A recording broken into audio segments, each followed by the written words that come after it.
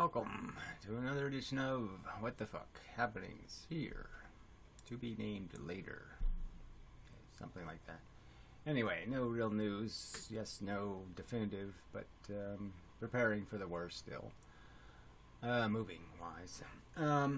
So, yes, the website, this video should be in that location there. Next time.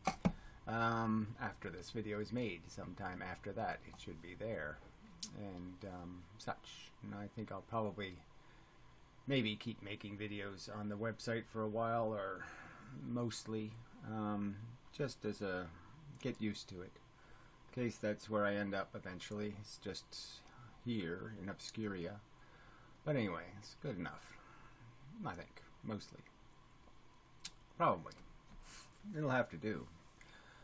So, themes. The theme is really this, again, it's just what's in your head and why it's in there.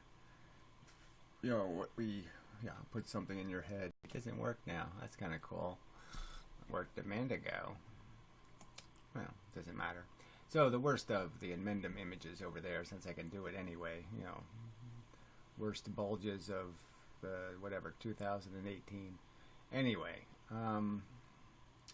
yes, I really have to make prepared videos, and I just haven't got around to preparing for these videos. So, my bad. Mostly. Just a lot of things. A lot of projects. A lot of things I'm thinking about, worrying about, and contemplating. And, doing, sort of. Yeah, well, I'm sort of doing. Mostly worrying and thinking, but there's some doing in there.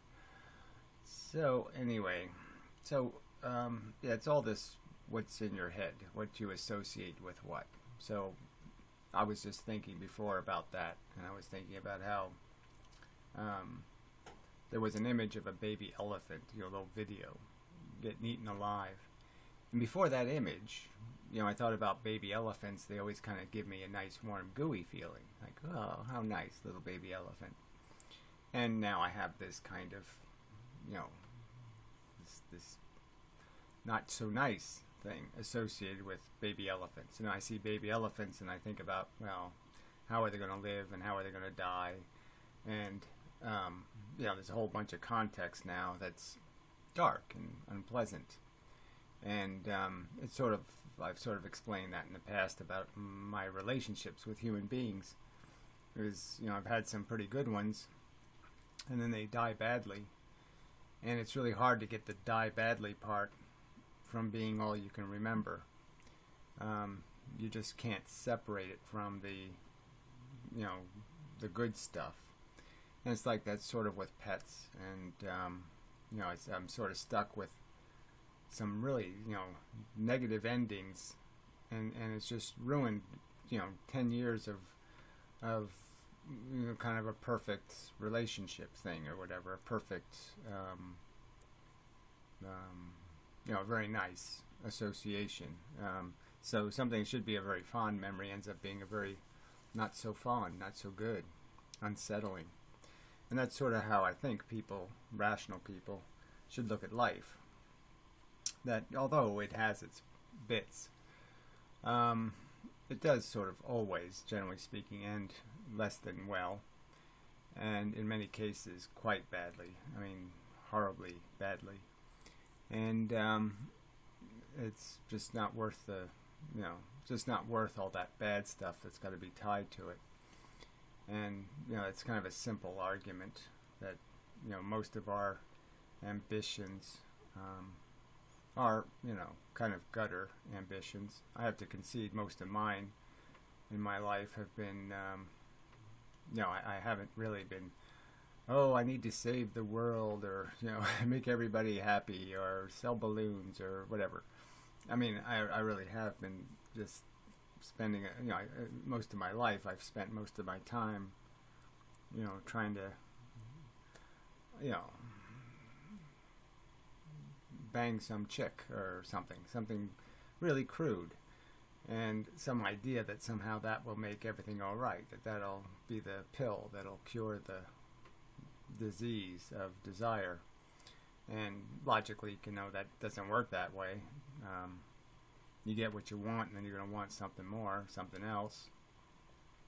You'll get tired of it. As silly as that sounds, but it's a real syndrome. Your eyes will wander, and you'll think you need something else.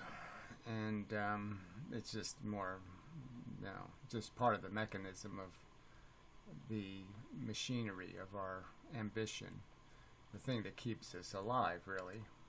And we should be smart enough to say that's not really a legitimate reason to live, merely because you're addicted, essentially, that you're just looking for your next fix. And that's all you are, is something that looks for its next fix. And, it's not much of a statement to defend all of the suffering that goes with our existence. So I've attempted in the past to sort of point out that there's this footprint, this blood footprint for our existence that has to not only to do with how we fuck up other people's lives and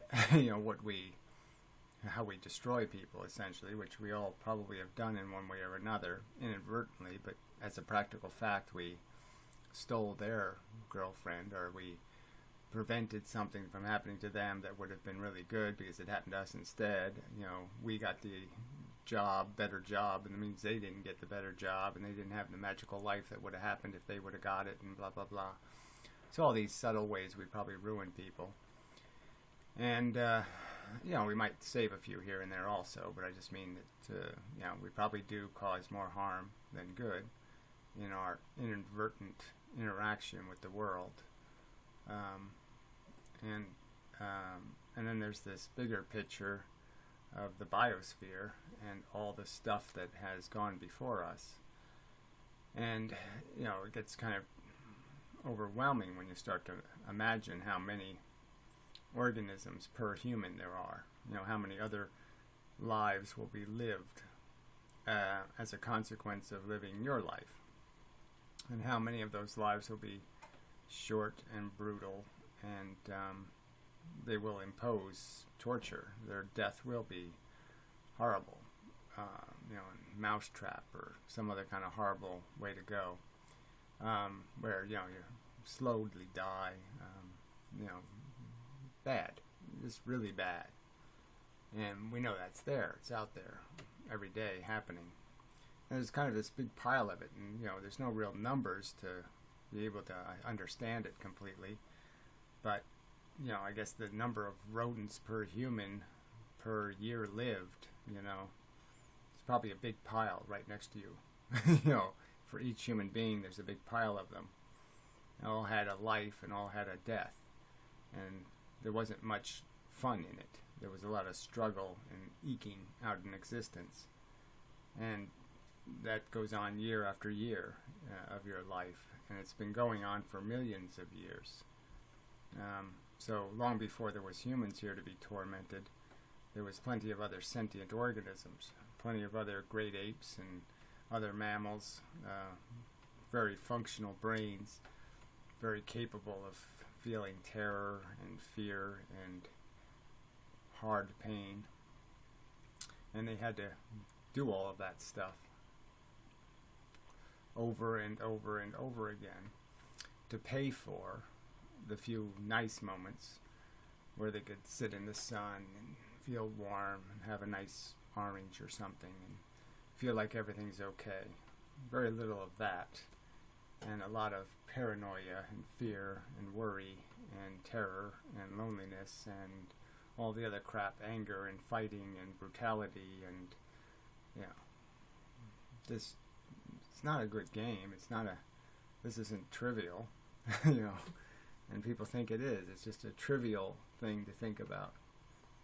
Getting eaten alive by lions is somehow a trivial event. It's not a, it's not a significant problem to be, to be reconciled. As well, how do you pay for that? What are we doing that's so spectacular that justifies torturing all these animals, all this stuff that's paying for your existence by living brutal and horrible, nasty existences. And people don't think about it, right? So their brain doesn't associate one thing with another thing. They don't associate their existence with what it costs in terms of what maintains it. And they don't certainly associate what maintains it with something that's necessarily bad, because somehow they think, that there's some circle of life that erases all of the bad somehow, that somehow it doesn't matter that all that pain and suffering is endured. Not their problem, not worthy of concern, where for me the associations are obvious. It's worthy of concern. You see an image of something being eaten alive, it's concerning, it's disconcerting, it's it screams to me, it just says right out loud to me, this needs to be justified. You can't do this and say it's a good game, unless you have some argument to make, some kind of thing to show that, look at the pretty thing that came out of it, that somehow it was worth it. And it's impossible for me to see that worth in what I see as the common ambition of a human being, going through their little grunty life, trying to steal a little bit of cheese here and there, and that's our great victory. Is, I got a couple more pieces of cheese than that guy did. I did better than he did, and that's all we're doing, comparing ourselves to bigger losers and saying it's all okay because I could have been a bigger disaster. Just seems really stupid. But then in the context of what people do, I had a little bit of an argument with somebody about well, it was related to Jim Jones and Scientology and cults, and some of that I just say, well, there's nothing you can do. If people are morons, they're morons.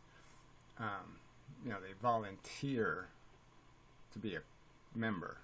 It's not like anybody did actually capture them or kidnap them, and so there's not much you can say except stupid does what stupid does and all that crap. But the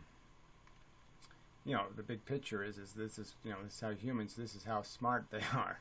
It's an example of like how they even fall for that, how do they even get suckered into those syndromes, because it's so colossally stupid.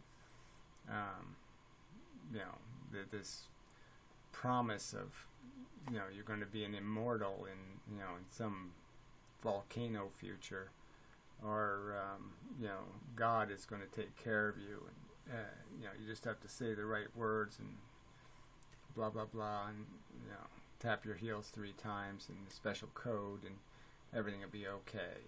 And it's all just crap. You're saying if people are dumb enough to do that, then they're unfortunately not smart enough to be able to add the 2 plus 2, come up with the 4, that there's too much torture in the world, too much pain, and they can't defend it with any product that says, yes, make some more of this, do it some more, create another big pile of death, in honor of this whatever, this ambition thing, this just chasing ego points, and some little shreds of some sort of aesthetic beauty, some little bits that might be considered untainted, but they're just little pieces of shiny candy. It's a pretty birthday cake or something. It's not really good food. It looks good, but it's not really edible.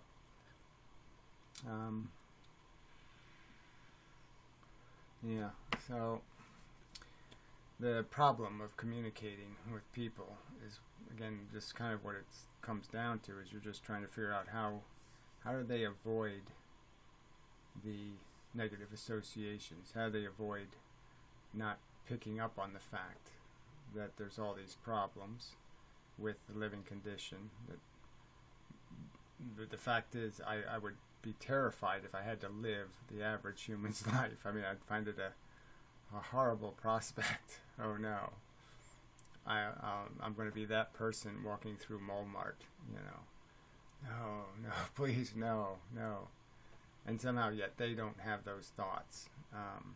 They don't see the fallacy of the human project and see how it doesn't really add up to anything worthy of an applause or well done or any of that crap. It's so poorly done, both on a personal level and on a big picture social level. Failure and really dumb, which is the ironic part.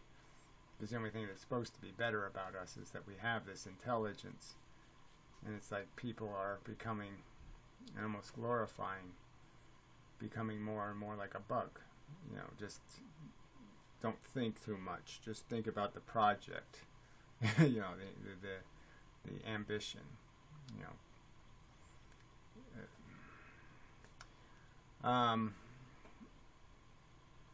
You know, which is always connected to, again, acquiring stuff that maybe somebody else's be better if they acquired it. It would be taken better care of.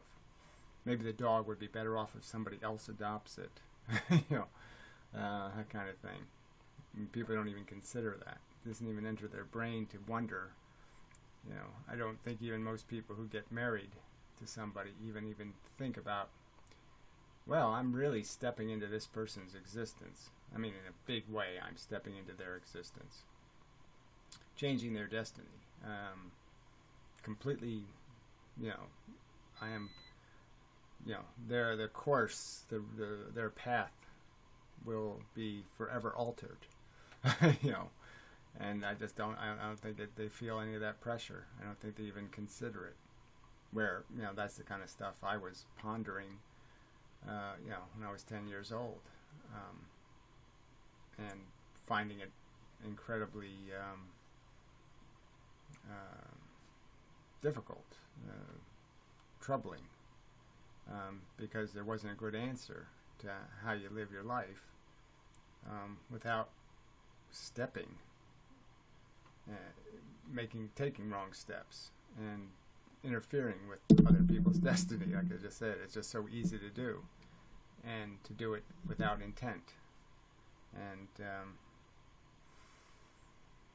no, this just isn't a game. I mean, it's all you can say is I metaphor it to a game, but I mean, the truth is it's not a game in the sense this isn't just for entertainment purposes. This isn't harmless. This is harmful. And I suppose some of our games are quite harmful. I mean, you know, football paralyzes kids. I mean, that's what it does. Even baseball kills a few. You know, I don't know how many a year, but a few get whacked and, you know, are dead. And for what? A game, you know, a frivolous, kind of silly, traditional antic, a dance almost. You're going to call it a dance. Is the dance worth it? Is the parade worth it? If people die for a parade, you'd say, oh yeah, that's worth it. I mean, if people die making a bridge, you might say that makes some sense, because the amount of improvement in people's lives will be so much greater. You know, the amount of life saved, in a sense, by the efficiency. But again, these are all thoughts that people just don't have. It's like even considering all the inefficiencies in our economic life, or in our whatever, the business world. You know, all the time wasted by, say, spam phone callers. Those are all minutes of people's lives. And when you add up all those minutes, they add up to thousands upon thousands of years of life that they've killed, you know, that they murdered. They're just murdering little pieces of your life. So it's just, you know, we don't consider it a real crime because, oh, it's only a little piece of my life.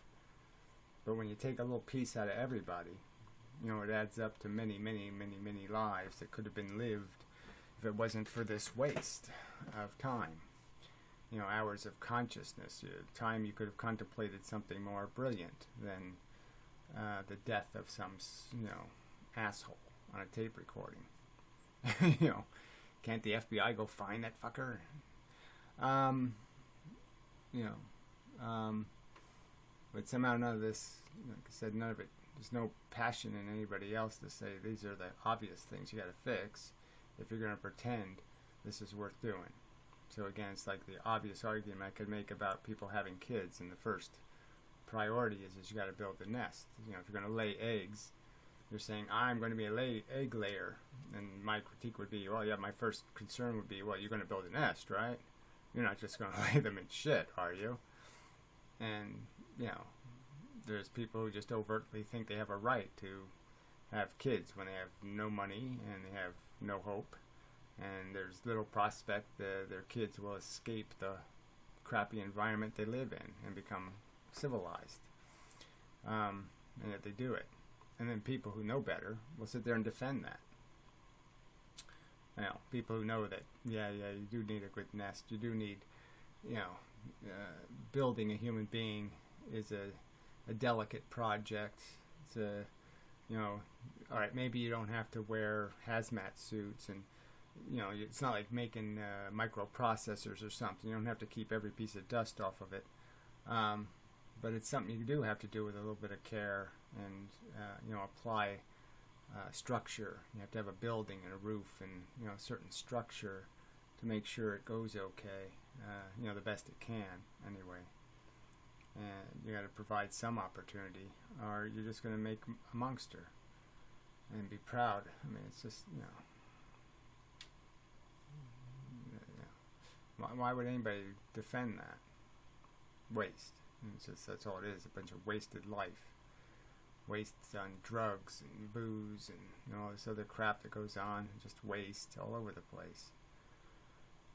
And so how can people defend this human project when it's got so much waste in it? And then, like I said, on top of that are these mountains of half-eaten baby elephants. You know, mountains of horror that takes place every single second to the living creatures, you know, with the mechanical brain attempting to do essentially what we are doing, except they can't do it with as much psychobabble and philosophy, you know, and all of that stuff. But I guess my argument is most humans aren't doing their life with much philosophy in it. You know, they're not stepping above their bug psychology. If it isn't happening to me, it isn't happening. They have no knowledge of what goes on in the world. They can see it and they won't know what it means.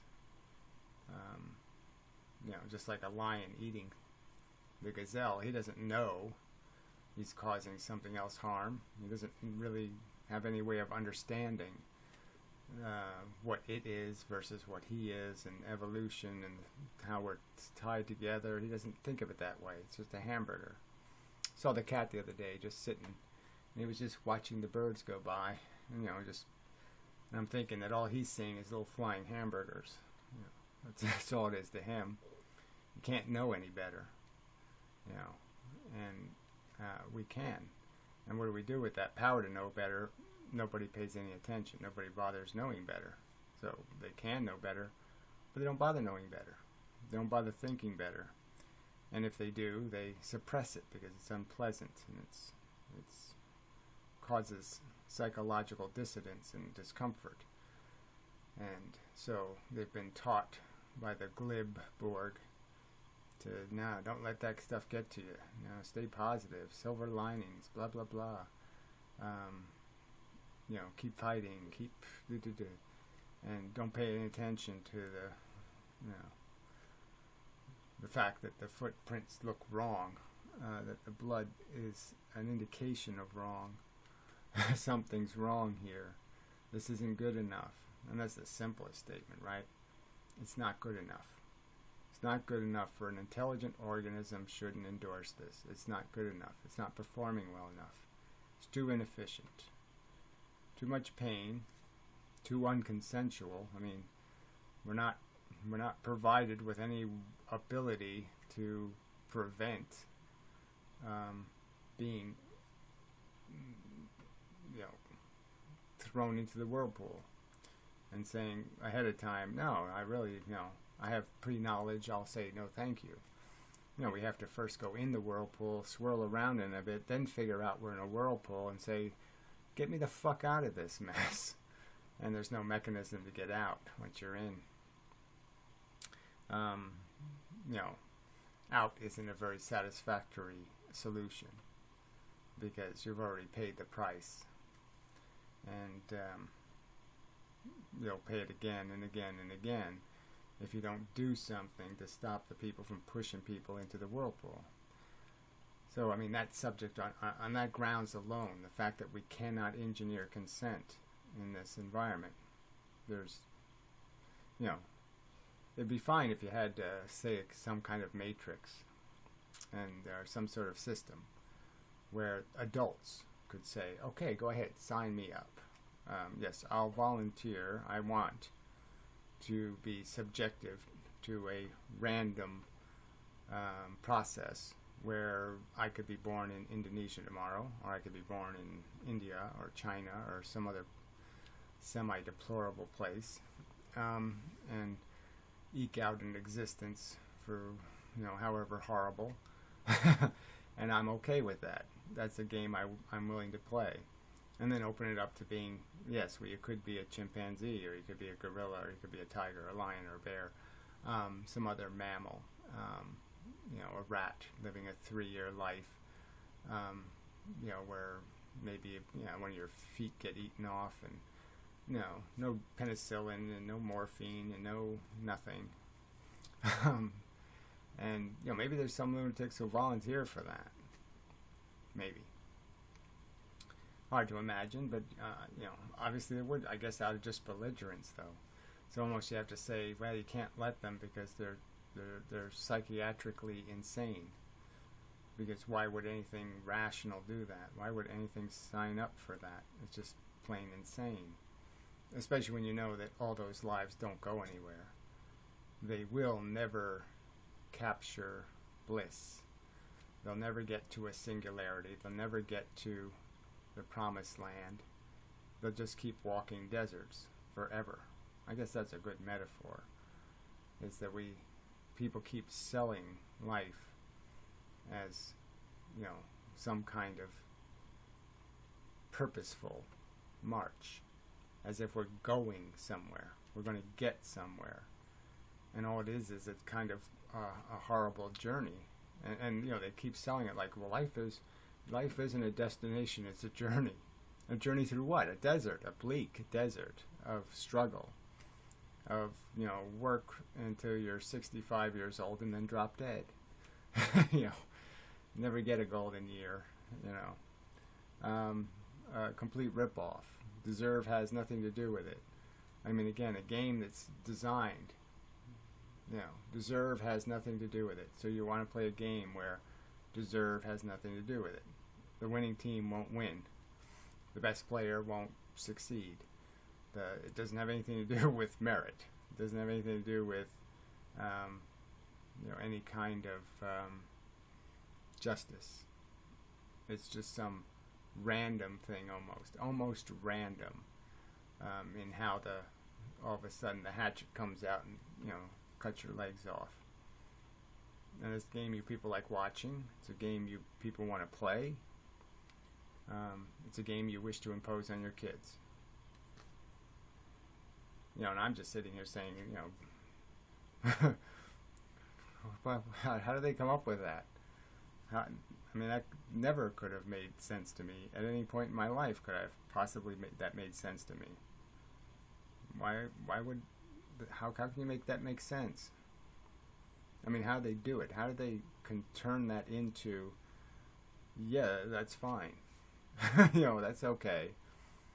Merely because it's something rather than nothing? Is it the fact of just facing the fact that, somehow there won't be anybody around to remember them or something? Or some delusional notion that somehow their life of their kids is going to be somehow connected to them? When, it's kind of obvious the lives aren't connected. You kind of know that you're not living your great-great-grandfather's life now. You know, that I'm living for a granddad. You know, you don't really feel any of that continuity. I certainly don't sense any of it inside of me that I had anything like a similar thought or a similar ambition or a similar anything. So, you know, what's all that crap? You know. So, communicating. It's just, like I said, I shouldn't have to, in a sense, right? You just say, well, people must have seen some of this stuff, and how can it not impact them? How can they not see it in their own lives? Haven't they watched people degrade and debilitate and, you know, get into such a degraded and undignified circumstance, and all meaning and use of life is destroyed, and they're just a ball of pain and suffering, and then haven't they wondered about the things around them?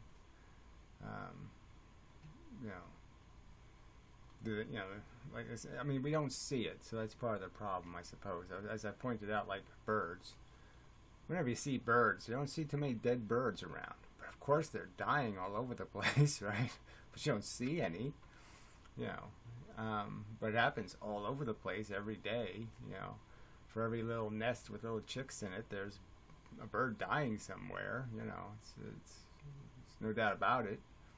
And I guess maybe it's because they don't see all the stuff flopping around, you know, on the side of the road. The kill gets cleaned up by nature.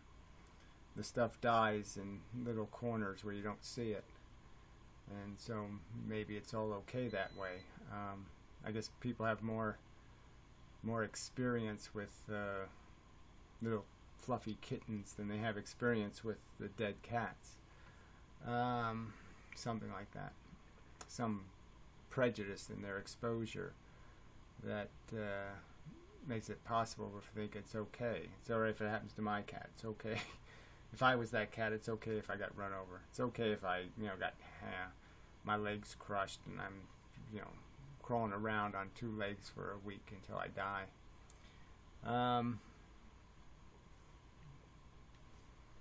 It's alright with me.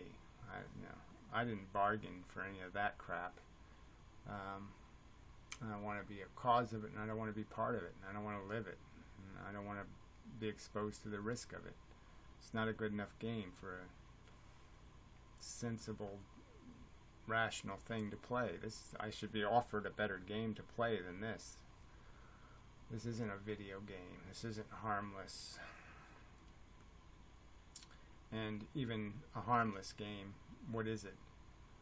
You know, but chasing, addiction, you know, some notion of necessity. No rational argument defining what that necessity is besides it being a feeling of necessity. And so it's for nothing. All this crap for nothing. I mean, all these humans that lived before us, you know, they all thought they were doing something. They were all getting somewhere. They didn't get anywhere. They got dead. You know, for what? And we're just going to redo the same thing over and over again? Pretend we're getting somewhere and then die. Pretend you're getting somewhere and die. What's the point?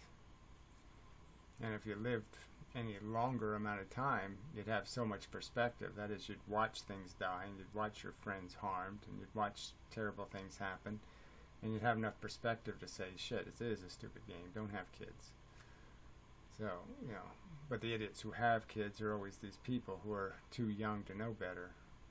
They, you know, apparently haven't gotten enough perspective, and they've been so propagandized with this notion, this is what you do.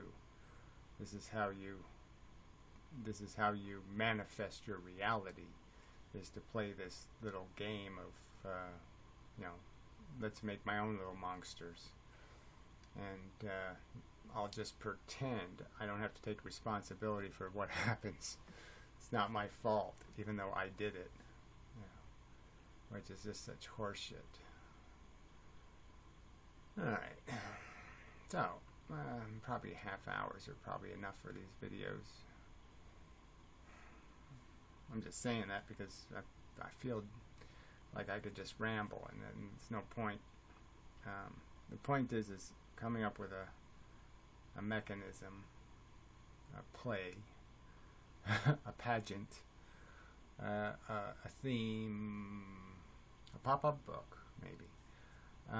Some kind of mechanism that, just leads somebody into this perspective thing, gives them this little notion that, oh yeah, maybe it's not what I'm thinking it is. Maybe it's not what it's cracked up to be. That it really is too expensive, and that I don't have to find too many horror stories to say, well, that's already too many. I mean, I could just take the 6 worst deaths in America today, and if I had showed you them, in perspective, maybe that would be enough for you to say, yeah, I can't defend that. I can't justify that. There's nothing we're doing that's good enough to defend that. People having to experience that. That's just too disgusting. Maybe you'd be capable to say that's something I wouldn't want to be subjected to. And if the bargain is I'm going to be subjected to it, then yeah, I don't want to play. Okay, if that's going to be one of the little numbers in the hat I'm picking out at, I don't want to be picking. So maybe that's just it, really, for most people. It's just that they think they've already picked their number, and they think they've got a good one. But they haven't died yet. They haven't played the whole number out yet. Their number has more stuff on it. There's stuff on the front, and then there's stuff on the back, and there's little fine print, and there's all kinds of crap on there. And they really haven't gotten their full measure of what deserve has in what inevitability has in store for them. And so they're just kind of talking out of an unfinished meal or something. They haven't completed the project yet, and they're claiming they've won the contest. And would be better if all opinions were in clear hindsight. If everybody could go through the whole thing and have that knowledge to make the argument about whether or not it was worth it, and whether or not they can understand that even if they got lucky, they can appreciate that they wouldn't like to be the unlucky one, and they really wouldn't for no real profit, for no real gain. You're already dead. You don't have anything to lose, so to speak, to take a risk, to be to pick that really bad number, the really, really bad number. Why would they pick? I think it's pretty clear they wouldn't. Once they're separated from their stupid little personal ambitions, the little whatever glory hunting they're doing, I think they'd realize that, yeah, it's not worth taking these huge risks just to pretend to do it again, because you already know you've done it. And although it didn't feel like pretending, it's just another stupid play. It's just another stupid story you're living out, and it doesn't have any real meaning relative to all the other wasted stories. All the other stories are growing moss in a graveyard somewhere. Most of the other stories are, I guess most of the other stories haven't died yet, ironically. Well, no, not most. Yeah, so most of them are probably there's not even a grave for that dead story. And here you're thinking this is something worth doing, when all those stories just end up being nothing. Yeah. Alright, that seems pretty... So, yeah, I mean, there's no way to do it now. I suppose, well, there's not no way to do it. I mean, you could do it in some kind of Barney the Dinosaur way. I mean, some kind of upbeat way of looking at life and saying it sucks. But that almost seems like an indignity to all the things that are being tortured. All the things suffering terribly. This be kind of an insult to their suffering to sit there and try to make it a suffering balloon,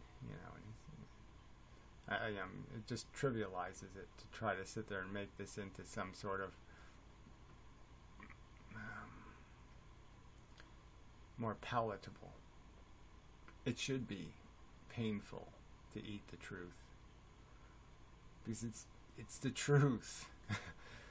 You shouldn't, it's not fair to the truth to make it unpainful. It's not fair to the things that had to live the truth.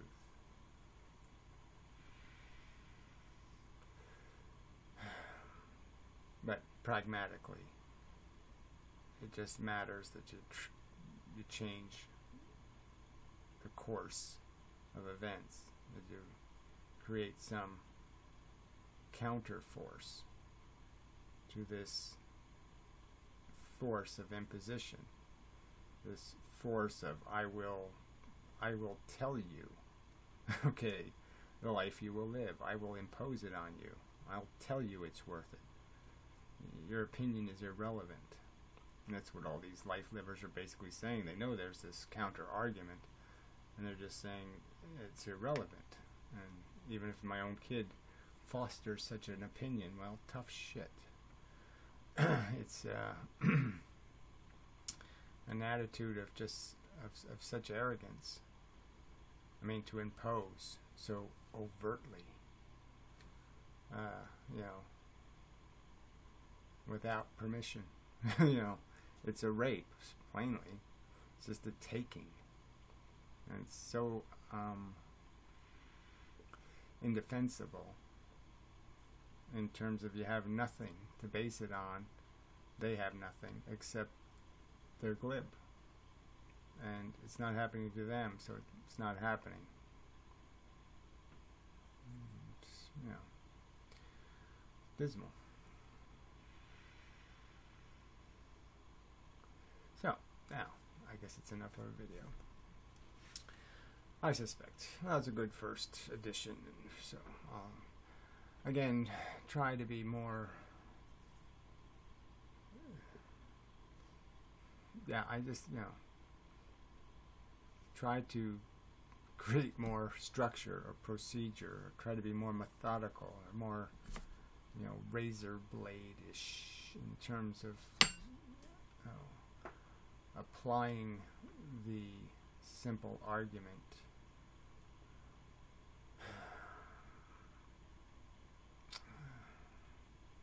But part of it's hard to make an argument that seems so simple. It's it has the feel of trying to explain tax forms to kids in kindergarten. Like there's a certain amount of futility, because if people can't get it just by living it, maybe you can't draw a picture simple enough. They can't understand the concepts. Bad. They don't get it. So if it's not happening to them, it doesn't exist. I was the most a glaring example is I remember when they started doing these 9/11 shows, and they had shows in the past where they'd have paramedics or something, or some rescue show or something. It was a drama that was about the people in the show, and yes, they did pick up victims of stuff, but it was only a tiny part of the show, the victims. But then they had shows that were just, real life ambulance scenes and people in bad shape, and all the horrible emergency room stuff. And say, how could people watch that as entertainment? It's just struck me so obvious, like, wow, is this a huge difference between me and the world, that somebody could be entertained by this? Not just absolutely horror-stricken. Just amazed me. But that's what you're up against, is people are going to be entertained by actually watching torture.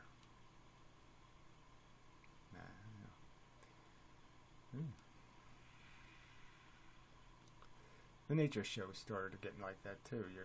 They were just so full of Shark Week or some kind of, they were so full of the the chase and the the death, and it lost all perspective to being a story about a whole life. And you're just it's got almost impossible to watch because it was just so sad and brutal. Just what it was. Little baby lion cubs getting bit by cobras. It's kind of hard to imagine what we're doing that's good enough for that. Especially if you had to do it. Like I said, you had to make the robot cobra go bite the little cubs and kill them. Could you do it? I mean, I've asked the question before, but obviously people could. They could put the money in that vending machine. Yeah, give me more of that. More, please. I want some more. More death and mayhem. Thank you.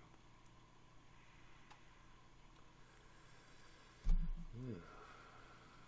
Wow. So anyway, frightening. How distant, the cavern of difference, and it's it's not just about what information you have. Clearly, people aren't completely ignorant of all this stuff. It's just somehow they're compiling it in such a way as they can make it go away, with their God or with their singularity or their UFO universe or something. I don't know what they're making it go away with, but there's some way they're able to erase. And I don't get it. I don't get what legitimate goo you use to erase it. Don't see it. Nope.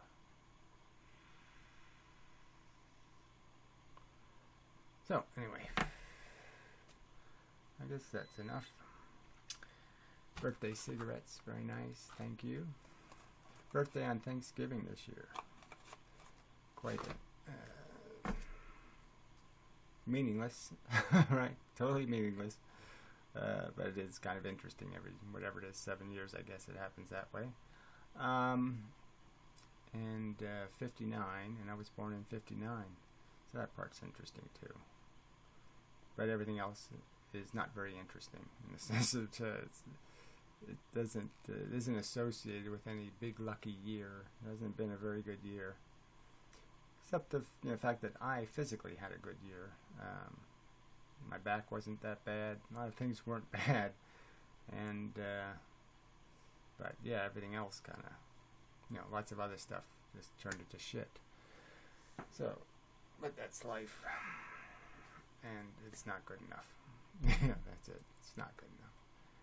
So anyway, till next time, and such. I think that's all there is. Oh yeah, I did post the old fan put it on the Amendum channel or whatever it's called, the other video channel. So the video that was removed is linked on the website there, titled some kind of stupid title. I don't remember. Let's see what it is.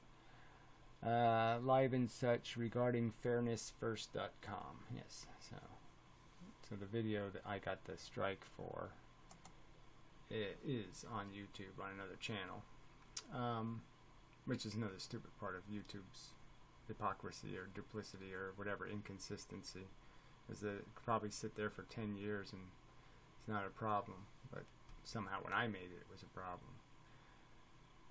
But anyway, no point in fighting about that stuff now. So, till the next time, and such.